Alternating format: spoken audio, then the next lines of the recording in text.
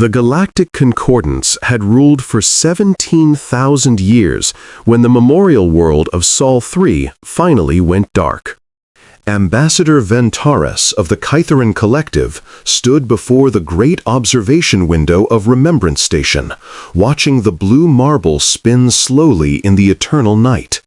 Earth, once called Earth by those who had walked its surface, hung in the void like a jewel forgotten by its owner. The atmospheric processors still functioned, maintained by ancient automated systems that predated the Concordance itself. The forests had reclaimed the cities. The oceans had swallowed the coastal metropolises. And somewhere beneath all that green and blue, the bones of 8 billion humans lay entombed in the planet they had called home.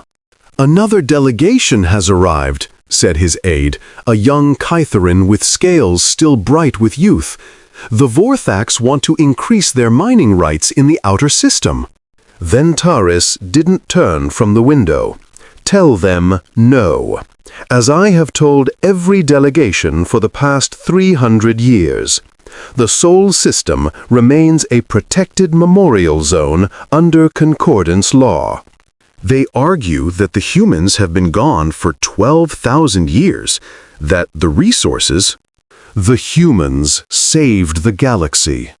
Ventaris finally turned, his ancient eyes carrying the weight of memories that weren't even his own, passed down through genetic encoding from ancestors who had witnessed the great departure. They asked for nothing in return except that we remember. We will remember. The aide bowed and retreated, leaving Ventaris alone with the ghosts. He remembered the stories. Every child of the Concordance learned them in their earliest education cycles. How humanity had emerged from this small blue world, stumbling into a galaxy already old when their sun was young. How they had been dismissed, derided, and very nearly destroyed. And how, in the end, they had become the salvation of every species that had ever looked upon them with contempt. The humans had been gone for 12,000 years. 12,000 years since the great ships had departed, carrying the last of humanity into the void between galaxies, chasing something they called the Signal. No one knew what they had found. No one knew if they still existed. The Concordance had sent probes, but the intergalactic void was vast beyond comprehension. None had ever returned. But the Concordance remembered. Every species in the galaxy remembered. It was the least they could do. 12,000 years was a long time, even by galactic standards. Empires had risen and fallen. The Vorthax had gone from a minor trading species to the economic powerhouse of the Outer Rim. The Shivan had nearly destroyed themselves in civil war before rebuilding their civilization from the ashes. The Concordance itself had survived 3 existential crises, each time pulling back from the brink through the principles the humans had taught them. Cooperation, compassion, the radical notion that different species could choose to help each other without calculating the benefit. Before the humans, the galaxy had operated on a simple principle: strength through dominance. The strong consumed the weak. Resources were taken, not shared. Wars were fought not for ideology, but for territory, for breeding grounds, for the raw materials of existence. It was a brutal calculus that had governed galactic civilization since the first species achieved faster than light travel. Then the humans had arrived. Commander Lyris Vorn of the Concordance Defense Fleet had studied the historical records extensively. She found them fascinating and deeply uncomfortable. Her own ancestors, the proud Rysian Dominion, had been among the worst offenders. They had encountered the first human exploration vessel in what the humans called the year 2157. The Rysian had immediately captured it, enslaved its crew, and begun extracting their knowledge through methods that would today be classified as war crimes. The humans had screamed. They had begged. They had died. And then more humans had come. Not with warships, not with weapons, but with words, with questions, with an almost pathological need to understand why they were being treated this way. The Narration had found it baffling. The humans had no claws, no armor, no natural weapons of any significance. Their lifespans were laughably short. Their bodies were fragile, easily broken. By every metric the Narration used to measure a species' worth, humans were barely above the level of food animals. Yet they kept coming, kept talking, kept trying to establish what they called diplomatic relations. It was, the historical records noted with dry Narration humor, incredibly annoying. Commander Vorn set aside the datapad and rubbed her eyes. She was stationed on the far edge of the Perseus Arm, commanding a patrol fleet that protected this sector of the Concordance from the occasional pirate incursion or territorial dispute. It was quiet work, important but unglamorous. She had served here for 30 years and expected to serve 30 more before retirement. "Commander," her communications officer said, "we're receiving something unusual on the long-range sensors." Vorn straightened in her command chair. "Define unusual." I'm not sure how to classify it. The signature doesn't match anything in our databases, but it's coming from beyond the galactic rim." Vorn felt a chill run through her scales that had nothing to do with the ship's environmental controls.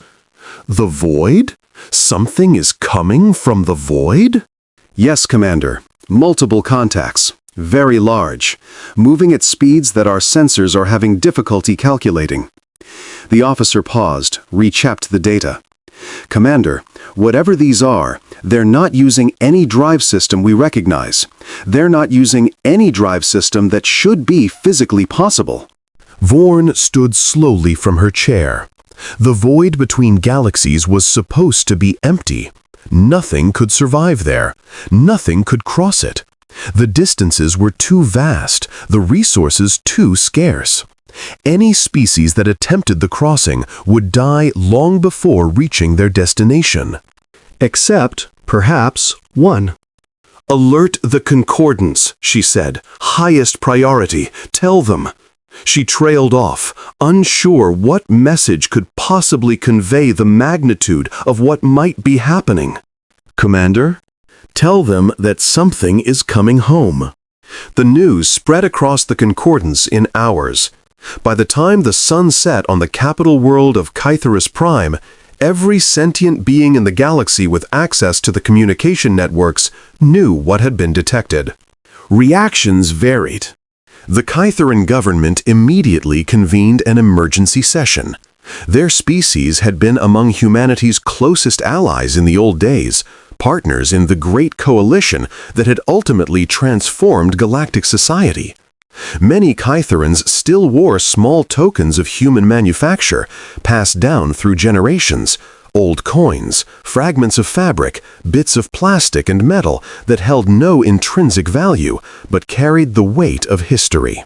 The thought that the humans might actually be returning filled the council chambers with a mixture of hope and terror. Hope, because the humans had been their friends. Terror, because the galaxy had not always been kind to humanity, and the galaxy had a long memory. The Vorthax responded with characteristic practicality. If the humans were returning, they reasoned, there would be opportunities for profit. They began immediately calculating what goods and services might appeal to a species that had been absent for 12,000 years. Would the humans want to reclaim their homeworld? The Vorthax had detailed surveys of Earth's current resource distribution. Would they want technology? The Vorthax had plenty to sell. Would they want allies? The Vorthax were always looking for new partners. Some species reacted with fear. The Dreth hegemony, successor state to the Dreth Empire that had once ruled a third of the galaxy through terror and violence, watched the reports with growing unease. Their ancestors had committed particular atrocities against humanity. They had hunted humans for sport. They had used them in genetic experiments. They had, in one infamous incident, destroyed an entire human colony simply to test a new weapon system. The humans had never retaliated. They had never sought revenge. When the Great Transformation came, they had offered the Dreth the same chance at redemption as every other species. But the Dreth had always wondered, was that forgiveness genuine, or had the humans simply been waiting, biding their time, knowing that eventually they would have the power to settle all accounts? 12,000 years was a long time to prepare. And the ships coming from the void were very, very large. Ambassador Ventaris was recalled from Remembrance Station to Kytheris Prime within a day of the detection. He found the capital in a state of controlled chaos. Military vessels filled the orbital lanes. Diplomatic shuttles arrived and departed at unprecedented rates. Every species with a presence in the Concordance wanted to be represented at whatever was about to happen. He was escorted directly to the council chambers, where he found a scene of organized bedlam. Representatives from over 100 species filled the Great Hall, their voices creating a cacophony of competing languages that the translation systems struggled to process. At the center of it all, seated on the raised dais reserved for the Concordance's highest leadership, was first speaker Kael Vriss. She was ancient, even by Kythrin standards, over 800 years old. Her scales faded to a pale gray that spoke of a life longer than most beings could imagine. She had devoted that life to studying humanity, their history, their culture, their strange and wonderful ways. She was considered the galaxy's foremost expert on a species that no living being had ever met. "Ambassador," she said as Ventaris approached the dais, "you have served as guardian of the human memorial longer than any before you. You know their world, their relics, their story better than anyone alive. I need your assessment." "Of what, first speaker?" "Of what they want." She gestured at the chaos surrounding them. "Half the galaxy believes the humans are returning as saviors, here to lead us into some new golden age. The other half believes they are returning as conquerors, come to punish us for the sins of our ancestors. Which is correct?" Ventaris considered the question carefully. He had spent 3 centuries studying the human legacy, walking through the ruins of their cities, reading the texts they had left behind, trying to understand the species that had changed everything. "Neither," he said finally. "The humans were never saviors or conquerors. They were, simply, themselves. They helped because helping was what they did. They forgave because forgiveness was their nature. They transformed the galaxy not through power, but through example." He paused. "But, first speaker, 12,000 years is a long time. Whatever is coming from the void, it may not be the humanity we remember. It may be something entirely new." "That," Kael Vriss said, "is precisely what concerns me. To understand the return, one must first understand the departure. 12,000 years ago, humanity had stood at the apex of its influence. The great transformation they had sparked was nearly complete. The old order of domination and exploitation had crumbled, replaced by the Concordance, a voluntary alliance of species committed to mutual support and cooperation. Wars still happened, disputes still arose, but the fundamental calculus of galactic civilization had shifted. For the first time in recorded history, species worked together not because they had to, but because they chose to.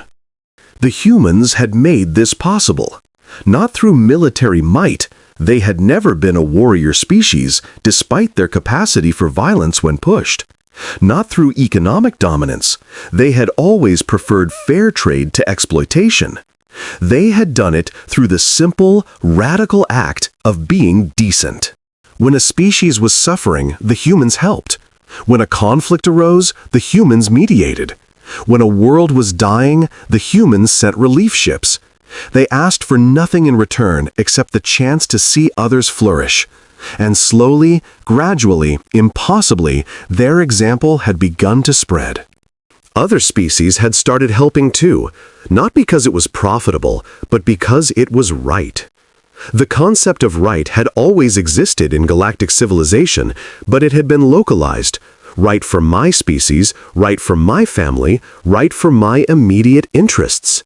The humans had introduced the notion of universal right, the idea that all sentient beings had inherent worth regardless of their utility. It was revolutionary. It was infectious. It changed everything. By the year 2500 by the human calendar, the transformation was largely complete. The concordance had been established. The old empires had either reformed or collapsed. And humanity, for the first time in its galactic history, had a moment to breathe. That was when they heard the signal. The signal came from the void between galaxies. It was not a natural phenomenon. The mathematics were too precise, the patterns too complex. Someone or something was broadcasting from the emptiness, and the message, once decoded, was simple. We are here. We remember. We wait. The galaxy's scientists puzzled over it for decades. Who could be in the void? No species had ever successfully crossed the intergalactic gulf. The distances were measured in millions of light years. Even at faster-than-light speeds, the journey would take centuries. The void was empty of resources, empty of stars, empty of anything that could sustain life during such a crossing. But the humans were fascinated. They had always been explorers, driven by an insatiable need to know what lay beyond the next horizon. Their entire history was a story of expansion, from caves to cities, from cities to continents, from continents to planets, from planets to stars. Now they faced the ultimate frontier, the space between galaxies, the vast emptiness that separated their island universe from the billions of others scattered throughout the cosmos. The signal called to them, and humanity answered. The great ships took 200 years to build. They were not vessels in any conventional sense. They were worlds, self-contained ecosystems capable of sustaining millions of humans for thousands of years. Generation ships, they called them, though that term didn't fully capture their scale. Each one was larger than many moons, filled with forests and oceans and cities, carrying not just people, but the entire biological heritage of Earth. Every plant, every animal, every microorganism that could be preserved. The humans were not just leaving, they were taking their home with them. The other species of the galaxy watched in confusion and concern. Why would the humans leave? They had won. They had transformed galactic civilization. They had allies, friends, admirers on every world. Why abandon all of that to chase a signal into the void? The humans tried to explain, but the explanation never quite translated. There's something out there, the human speaker told the concordance in her farewell address. Something that knows us. Something that's been waiting for us since before we left our caves. We don't know what it is, but we need to find out. It's who we are. It's what we've always done. We climb mountains because they're there. We cross oceans because we wonder what's on the other side. And now there's something calling from beyond the stars, and we can't ignore it. We have to know. But why all of you? First speaker Kelvris's ancestor had asked. Why does every human need to go? Surely some could stay, maintain the bonds we've built. No one is being forced to go. But almost everyone chose to. We're a communal species, more than we often admit. Where one of us goes, we all go. It's always been that way. The speaker had smiled then, an expression the Kythrans had learned to interpret over centuries of coexistence. We'll come back. It might take a while, but we'll come back. And when we do, we'll tell you everything we've learned. How long? We don't know. 1,000 years? 10,000? However long it takes. And so humanity had departed. Every human in the galaxy, nearly 200 billion souls, boarded the great ships and vanished into the void between galaxies. They left behind their homeworld, their colonies, their history. They left behind friends who wept at their departure, and enemies who secretly celebrated. They left behind a galaxy transformed, hoping it would remain transformed in their absence. They left behind a promise to return. 12,000 years later, something was keeping that promise. The fleet emerged from the void at the edge of the Perseus Arm, exactly where the long-range sensors had predicted. But the predictions had not prepared the galaxy for what they would see.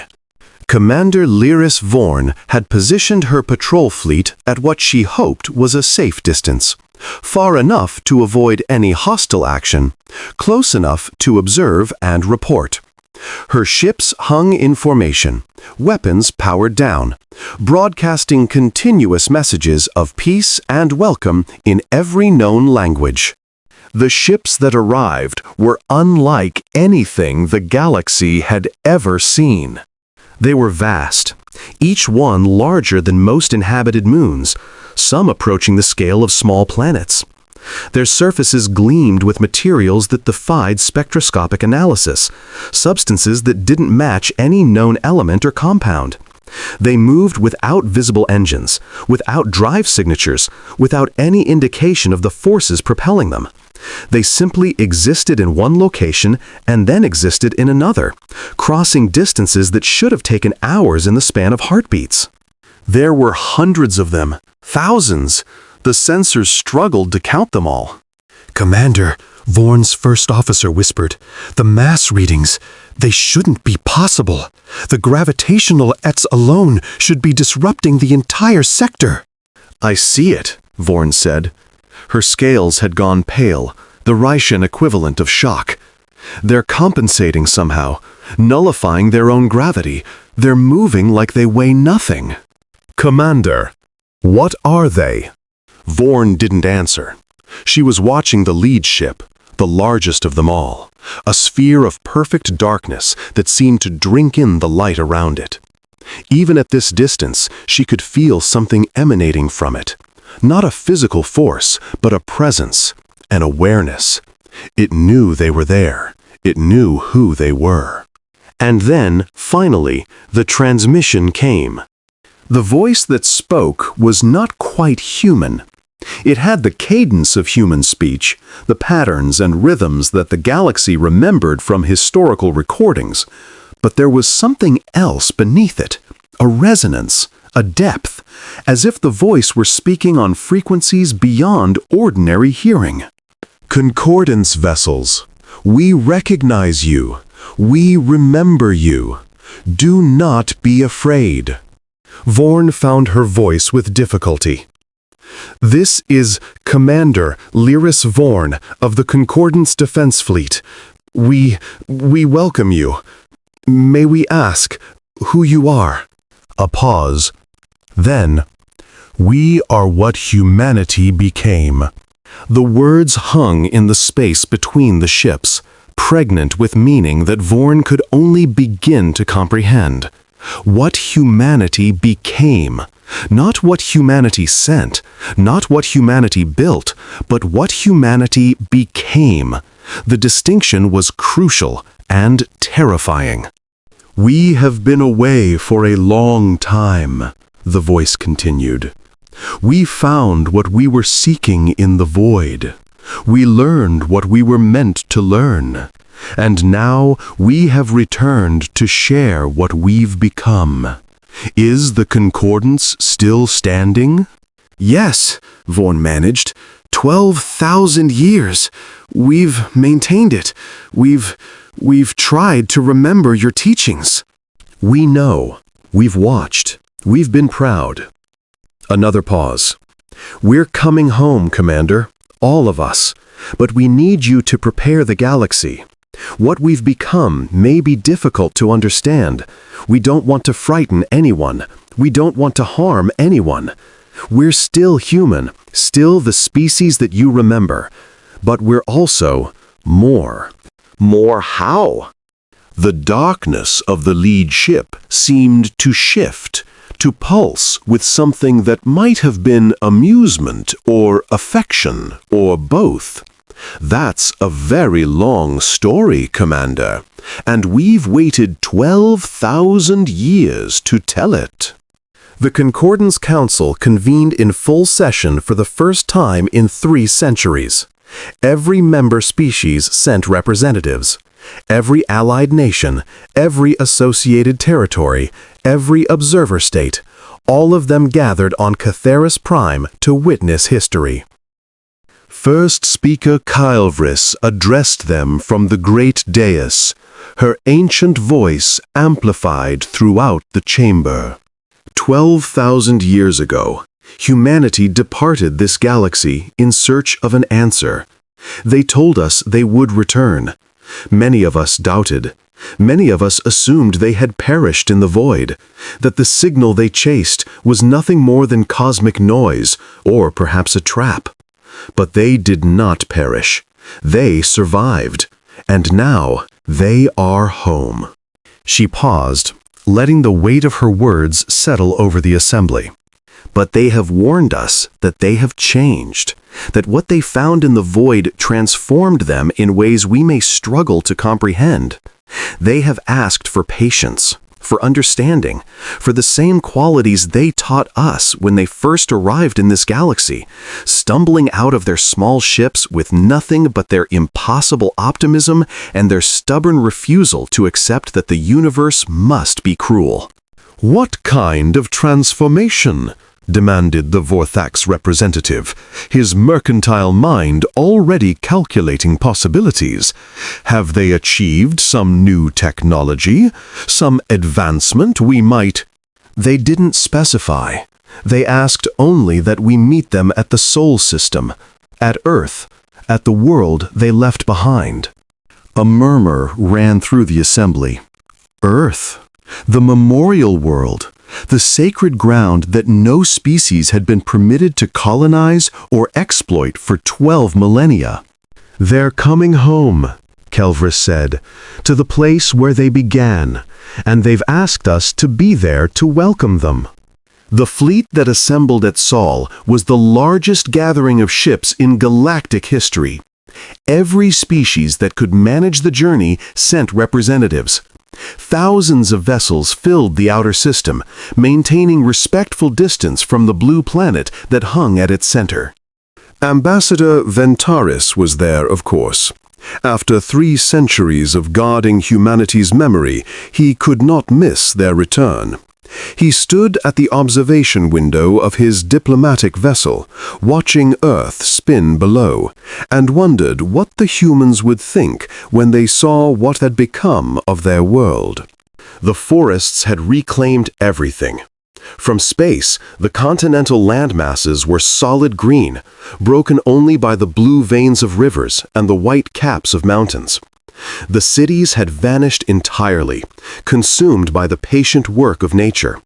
Only the deepest structures remained, the bunkers and vaults where humanity had stored their most important records, protected by preservation systems designed to last until the sun died.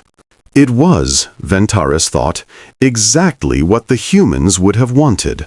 They had always loved life, always celebrated the persistence of nature over the works of civilization. They would have been pleased to see their world healed. "They're here," his aide reported. "The human fleet has entered the system." Ventaris looked up and felt his heart's stop. The ships that emerged from the darkness of the outer system were even more impressive than the reports had suggested. They moved in perfect formation, thousands of vessels of varying sizes, each one shimmering with energies that defied analysis. At their head was the great dark sphere that Commander Vorn had described, a ship larger than some planets, moving with a grace that seemed almost organic. As the fleet approached Earth, something began to happen. The dark sphere slowed, stopped, and then began to unfold. That was the only word Ventaris could find for it. The ship was unfolding, its surface splitting and spreading like the petals of a flower, revealing structures beneath that glowed with soft golden light. From those structures emerged shapes, small at first, barely visible even at maximum magnification, but growing larger as they approached the observation fleet. They were humanoid. They were unmistakably human in basic form: 2 arms, 2 legs, a head with 2 eyes and a mouth. But they were also clearly something more. They didn't wear spacesuits. They didn't need ships. They moved through the vacuum as easily as their ancestors had once moved through air, surrounded by faint auras of light that seemed to be more than mere illumination. And they were smiling. The lead figure approached Ventaris's diplomatic vessel and simply passed through the hull as if it weren't there. One moment it was outside, the next it was standing in the observation gallery, solid and real and impossible. It was a woman, or had been a woman, or was still a woman in some sense that transcended the physical. Her features were human, her expression warm and open, but her eyes contained depths that suggested more minds looking out than a single skull could contain. "Ambassador Ventaris," she said, "we've watched you, 3 centuries guarding our memory. We wanted to thank you personally." Ventaris struggled to find words. His aide had collapsed in shock. The guards were frozen in place, unable to process what they were seeing.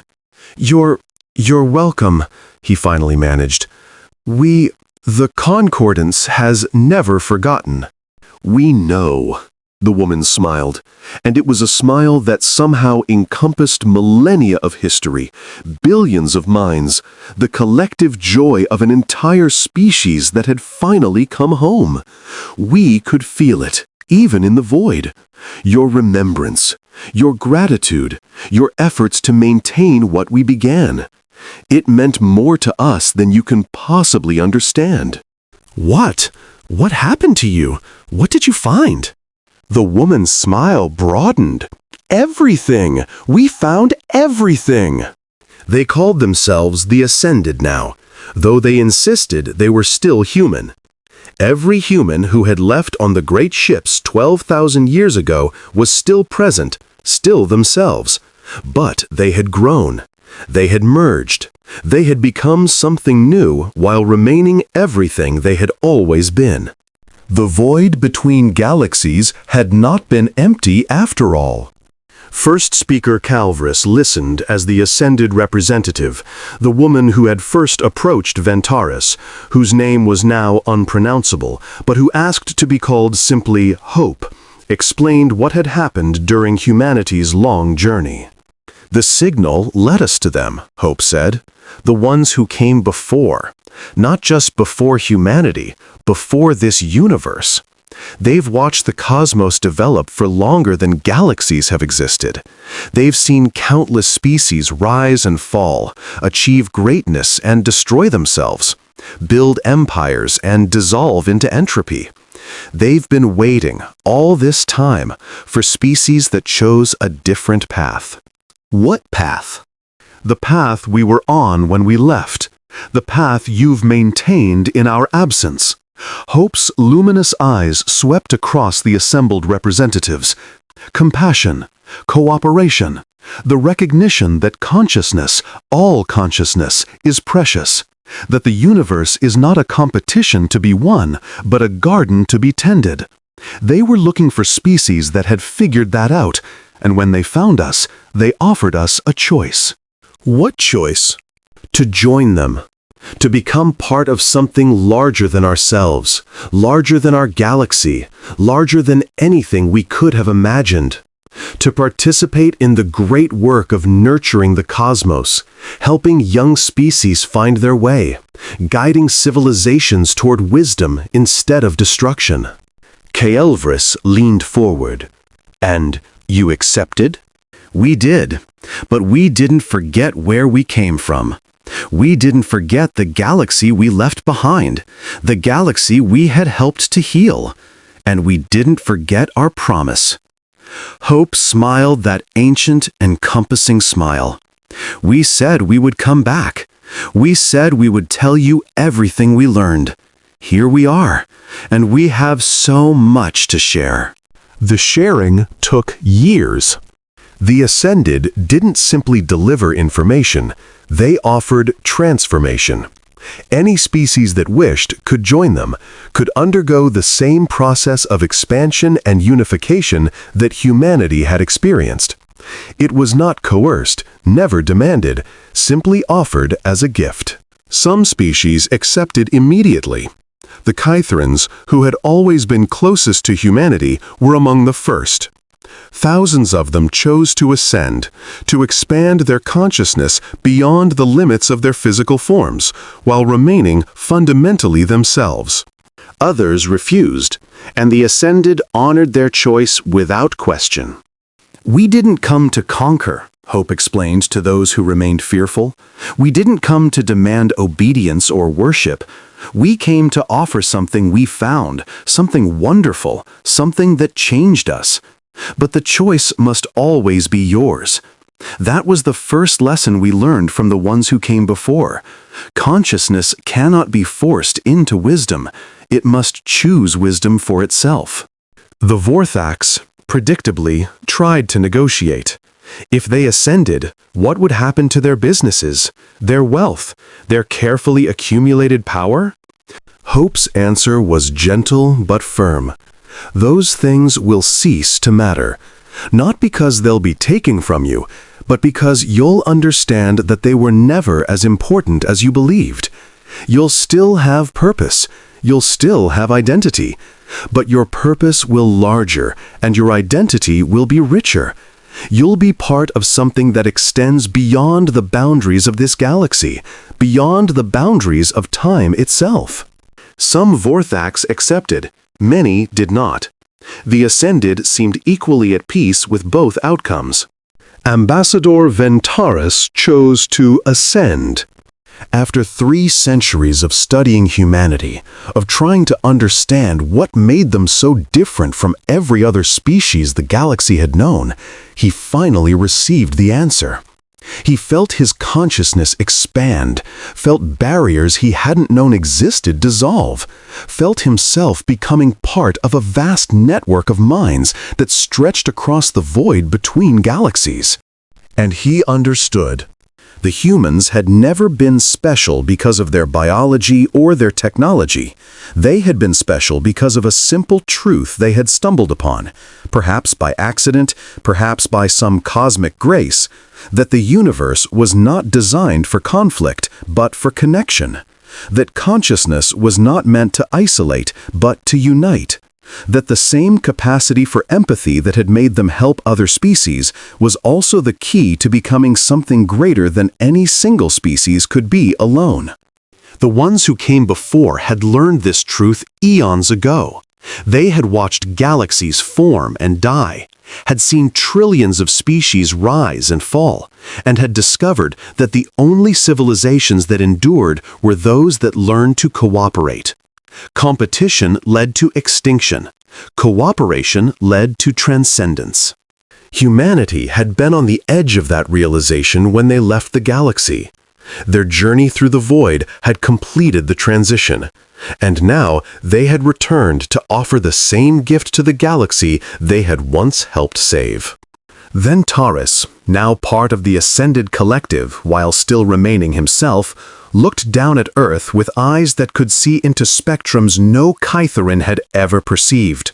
The planet glowed with life, not just biological life, but conscious life, the stirring awareness of minds that were waking up to possibilities they had never imagined.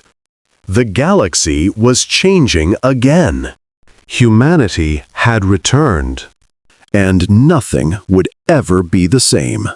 Part 4. The Transformation. 5 years after the return, the Concordance still existed, but it had become something new, something larger, something that the original founders could never have imagined. Not every species had chosen to ascend. Perhaps half had accepted the offer, their consciousnesses expanding to join the vast collective that now linked galaxies across the cosmos. But the other half had remained as they were, and the ascended had proven true to their word. Those who chose to remain unchanged were treated with the same respect, the same care, the same cooperation that humanity had always modeled. The galaxy was now divided not by species, but by choice. Ascended beings walked among the unchanged, helped them, worked with them, protected them when needed. The unchanged continued their lives, their cultures, their endless diversity, knowing that whenever they were ready, if they ever became ready, the path to something greater remained open. It was, the historians would later note, the most peaceful transition in galactic history. But not everyone was content. The Dreth hegemony had been watching the transformation with growing fear. Their ancestors had committed terrible crimes against humanity. They had never truly been punished for those crimes. The humans had simply forgiven them, offered them the same chance at redemption as every other species. But the Dreth had always wondered if that forgiveness was genuine. Now the humans had returned as something beyond ordinary comprehension. They had power that made the mightiest warships look like toys. They had knowledge that extended beyond the bounds of the physical universe. If they wanted revenge, if they had been waiting all this time to settle old scores, there was nothing the Dreth could do to stop them. "They'll come for us eventually," the hegemony's leader growled to his council. "We exterminated their colony on Dreth 7. We hunted their people for sport. We used their children in genetic experiments. Do you really think they've forgotten?" "They say they've forgiven," one counselor offered weakly. "They lie. No species truly forgives. They simply wait for the opportunity to strike back. And now they have all the power they need." The council chamber fell silent. Every Dreth present knew their leader was speaking from his own psychology, projecting the vindictiveness of their species onto beings who had never shown any sign of sharing it. But knowing that didn't make the fear any less real. "We should strike first," the leader said, "while we still can, before they decide to—" "Before they decide to what?" The voice came from everywhere and nowhere. A figure materialized in the center of the chamber, humanoid, glowing faintly, wearing an expression of patient sadness. "Before we decide to do what you would have done?" the Ascended asked. "Destroy you? Enslave you? Take revenge for crimes committed 12,000 years ago?" The figure shook its head. "We remember what your ancestors did. We remember every human they killed, every child they tortured, every colony they destroyed. The memories are part of us now, more vivid than any historical record. We feel the pain as if it happened yesterday." The Dreth leader drew a weapon, fired. The energy bolt passed through the ascended figure without effect. "And we forgive you," the figure continued. "Not because we've forgotten, not because what happened doesn't matter, but because carrying hatred serves no purpose except to poison the one who carries it. Because every consciousness, even one that has caused terrible harm, has the potential to grow beyond its past. Because punishment may satisfy the need for vengeance, but it doesn't heal anything or anyone. The Dreth leader lowered his weapons slowly, disbelief warring with terror in his eyes. "You could destroy us," he said. "You have the power." "Yes, but you won't." "No." The figure smiled, and somehow the smile was free of any trace of condescension or mockery. "We came back to offer gifts, not punishments. The gift of knowledge, the gift of connection, the gift of becoming something more than you currently are. That offer extends to you as well, not because you deserve it. None of us truly deserve what we've been given, but because you exist, because consciousness is precious. Because the universe works better when we help each other rather than harm each other." A long silence filled the chamber. "We can't ascend," the leader said finally. "If what you're saying is true, if we would become connected to the minds of all the humans who ever lived, all the victims of our ancestors' crimes, they would feel what we feel. They would know who we truly are." "Yes," the Ascended agreed. "And you would feel what they felt. You would know who they truly were.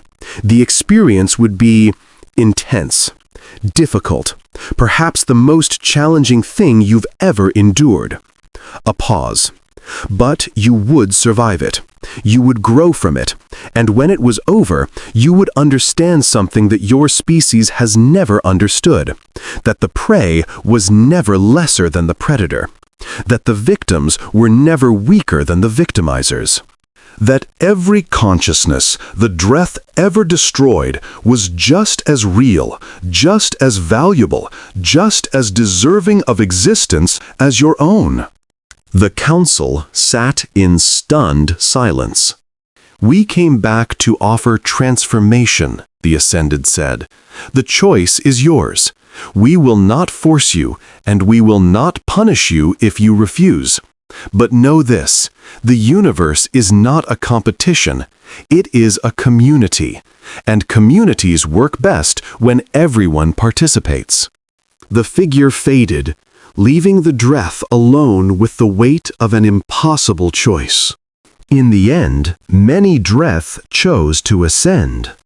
It was exactly as the Ascended had promised. Intense, difficult, the most challenging experience any of them had ever endured. They felt the pain their ancestors had caused. They experienced the terror of the hunted, the despair of the tortured, the grief of those who lost everything. It was overwhelming, agonizing, almost beyond endurance. But they also felt the love, the connection, the vast web of minds that welcomed them despite everything, that accepted them as part of the whole.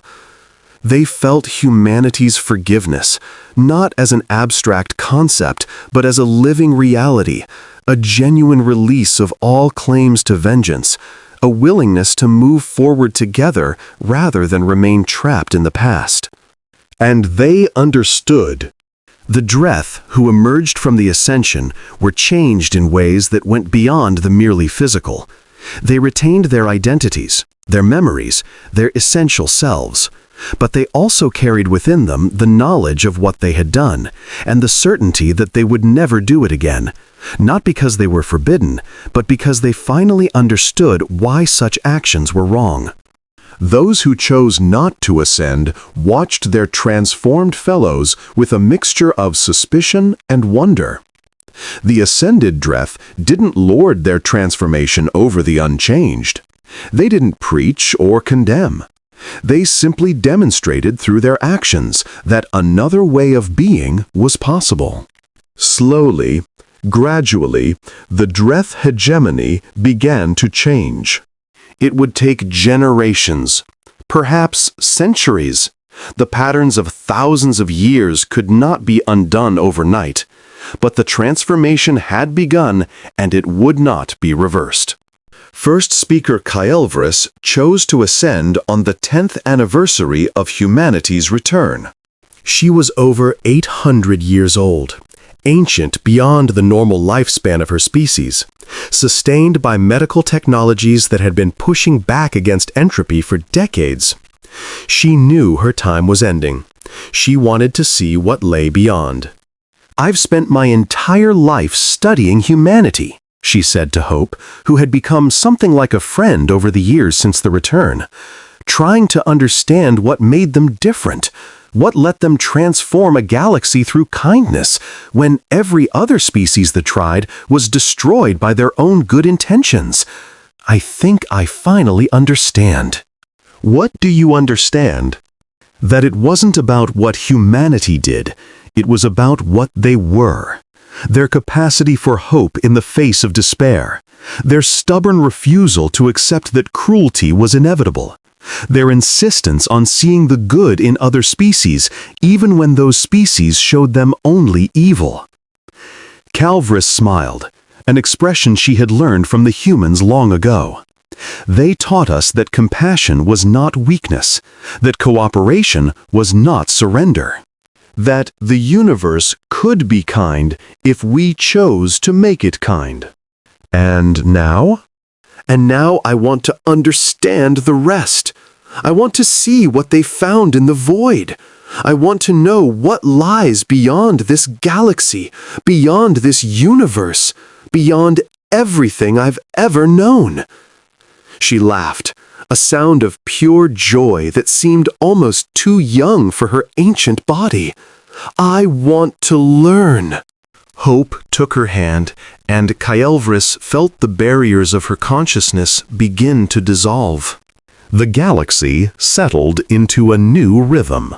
Ascended and unchanged lived side by side, their societies intertwined but distinct. The Ascended helped where they could, sharing knowledge, preventing disasters, mediating conflicts, but they never dominated. They had learned from humanity's original example. Change imposed from outside was always less stable than change chosen from within. Earth became a new kind of memorial. The forests remained, the oceans continued their eternal rhythms, but now there were also gardens. Places where the Ascended and the Unchanged could meet, where stories could be shared, where the long history of humanity's journey could be remembered and celebrated. Ambassador Ventaris, now both an individual and part of something much larger, often visited the world he had once guarded. He would walk through the forests that had swallowed the ancient cities, feel the grass beneath feet that were somehow still his own, and remember the time when humanity had been nothing but bones and memories.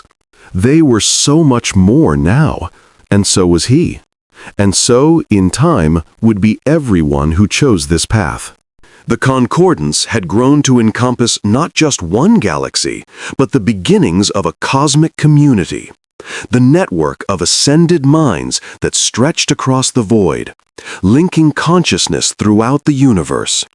It was still growing, still expanding, still reaching towards something that even the Ascended couldn't fully comprehend. But that was all right. Humanity had always been comfortable with mystery. They had always been willing to journey into the unknown, to ask questions without demanding immediate answers, to trust that the universe would eventually reveal its secrets. The galaxy had never expected humanity. From the moment the first human exploration vessel had stumbled into contact with the wider cosmos, everything about them had been a surprise. Their fragility, their determination, their capacity for violence, and their even greater capacity for kindness.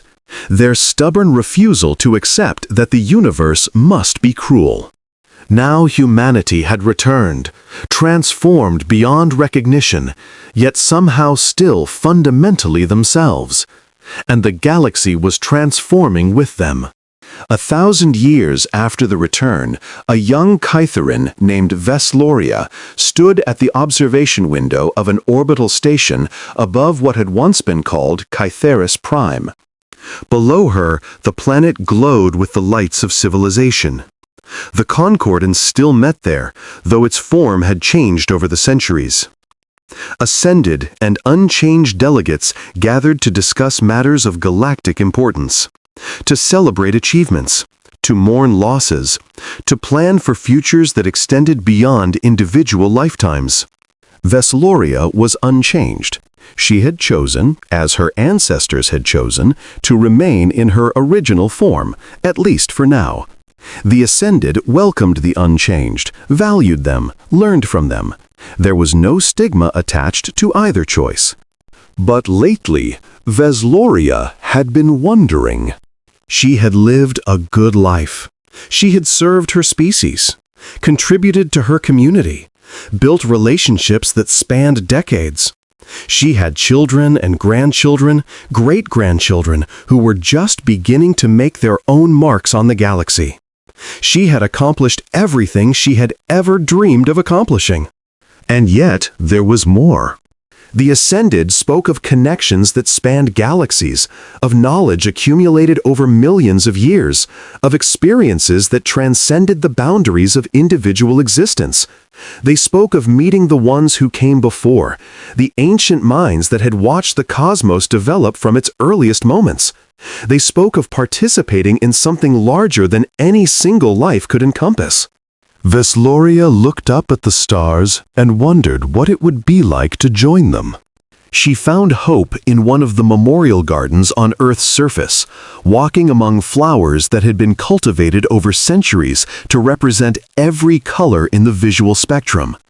"I've been thinking," Vesloria said. Hope nodded, unsurprised.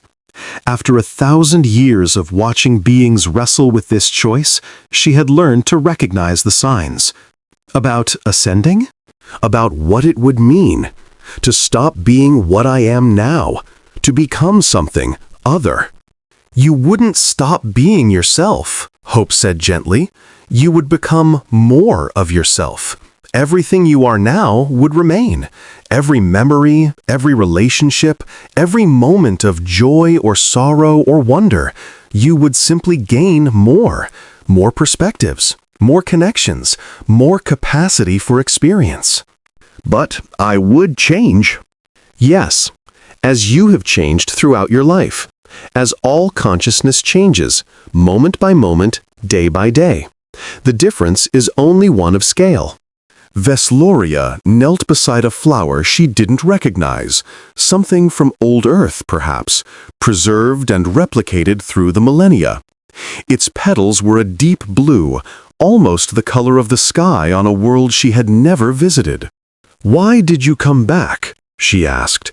"After all those thousands of years, after becoming what you became, why did you return to this one small galaxy?"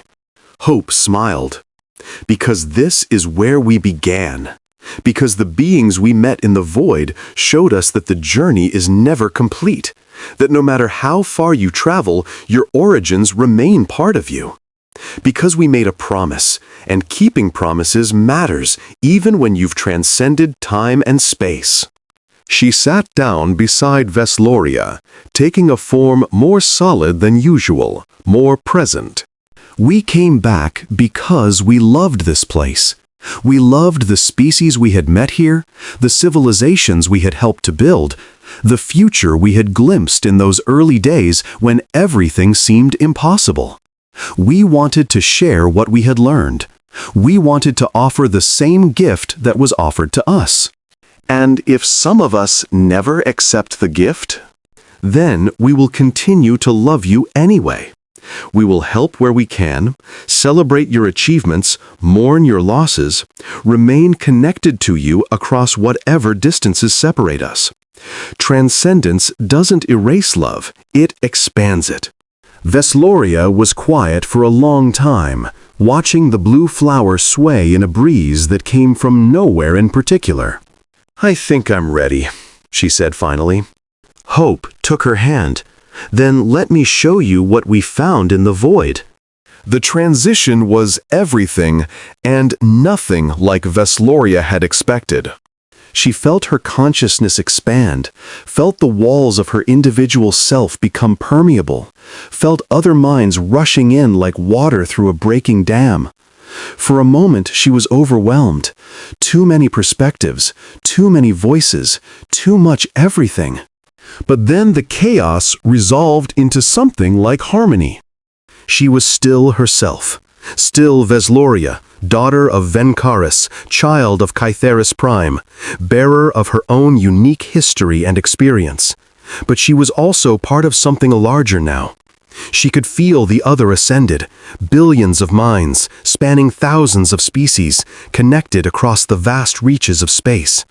She could feel their memories, their emotions, their hopes and fears and dreams. And deeper still, she could feel the ones who came before. They were ancient beyond any measure she had previously understood. They had watched the universe develop from its earliest moments, had seen the first stars ignite, had witnessed the emergence of consciousness in countless forms. They had made mistakes, terrible mistakes some of them, and had learned from those mistakes over eons. They had discovered truths about existence that could not be conveyed in words, only experienced directly. And they welcomed her. "Welcome," the chorus seemed to say. "Welcome to the family. Welcome to the work. Welcome to eternity." Vesloria spent what might have been years or centuries exploring her new existence. Time worked differently now, not because time itself had changed, but because her relationship to it had shifted. She could experience multiple moments simultaneously, could perceive the past and future as extensions of the present, could exist in several places at once while remaining essentially unified. She learned the history of the cosmos from minds that had witnessed it firsthand. She saw the rise and fall of civilizations that predated her galaxy's formation. She understood, finally, why the Ascended had returned, not to conquer, not to proselytize, but simply to share, to offer others the chance to participate in something beautiful. And she saw the future. Not a single future. The cosmos was too complex for such determinism, but the range of possibilities that stretched ahead. Some of those possibilities were dark, futures where civilizations refused to learn, where consciousness devoured itself in endless cycles of competition and destruction. But most of them were bright. Most of them showed the pattern repeating, species ascending, joining the cosmic community, adding their unique perspectives to the ever-growing tapestry of connected minds. The universe was waking up. Consciousness was spreading, evolving, transcending its origins. What had started in the void between galaxies was now extending outward, reaching toward distant shores that even the Ascended couldn't fully perceive. Something was being built, something vast and patient, something that would take longer than galaxies lived to complete. And Vesloria was part of it now. She returned to her home galaxy often, walking among the unchanged as Hope had walked among them, offering what she could, accepting what they offered in return. She watched her descendants grow and change, watched some of them choose ascension, while others remained in their original forms. She loved them all, unchanged and ascended alike, as she had always loved them. The galaxy had never expected humanity. But humanity had always expected more from the galaxy. And, in the end, the galaxy had delivered. Epilogue. 10,000 years later. The being who had once been Vesloria floated in the space between stars, observing a civilization on the verge of its first interstellar journey. They were small, these beings, physically smaller than humans had been, with delicate limbs and enormous eyes, evolved to see in the dim light of their red dwarf sun. They had just invented faster-than-light travel, had just sent their first probe beyond their home system, had just begun to ask the questions that every species eventually asked. Are we alone? Is there meaning to existence? Is the universe kind or cruel? Vesloria could have answered those questions directly. She could have appeared before them, demonstrated her power, offered them immediate transcendence. But that wasn't how it worked. That wasn't how it had ever worked. The journey mattered. The struggle to understand, the gradual expansion of consciousness, the choices made along the way, all of it mattered. Shortcuts didn't produce wisdom, they only produced dependence. Every species that had truly ascended had done so by walking the long path, by learning through experience what could never be taught through mere instruction. So Vesloria watched and waited, as the ascended had always watched and waited. She arranged circumstances when she could, prevented a meteor here, nudged a cultural development there, ensured that the small beings would have the chance to grow without being destroyed by chance or malice. But she did not force, she did not control, she simply helped, as humanity had helped all those millennia ago. The small beings sent their probe into the void between stars. They watched their screens with hope and terror as it traveled beyond the reach of their greatest telescopes. They waited for signals that might never come, for contact with others who might not exist. And in the depths of space, undetectable by any technology the small beings possessed, a chorus of ancient minds began to prepare a welcome. The galaxy had never expected humanity. But the universe, it turned out, had been expecting them all along, waiting for species that chose compassion over cruelty, waiting for minds that reached outward instead of contracting inward, waiting for consciousness to recognize itself in the mirror of other consciousness. The small being's probe continued its journey, carrying with it the hopes and dreams of an entire species. Somewhere ahead, in the vast darkness between stars, a light was beginning to kindle. History was about to repeat itself. And this time, humanity, all of humanity, everything they had become, would be there to welcome the newcomers home. The end.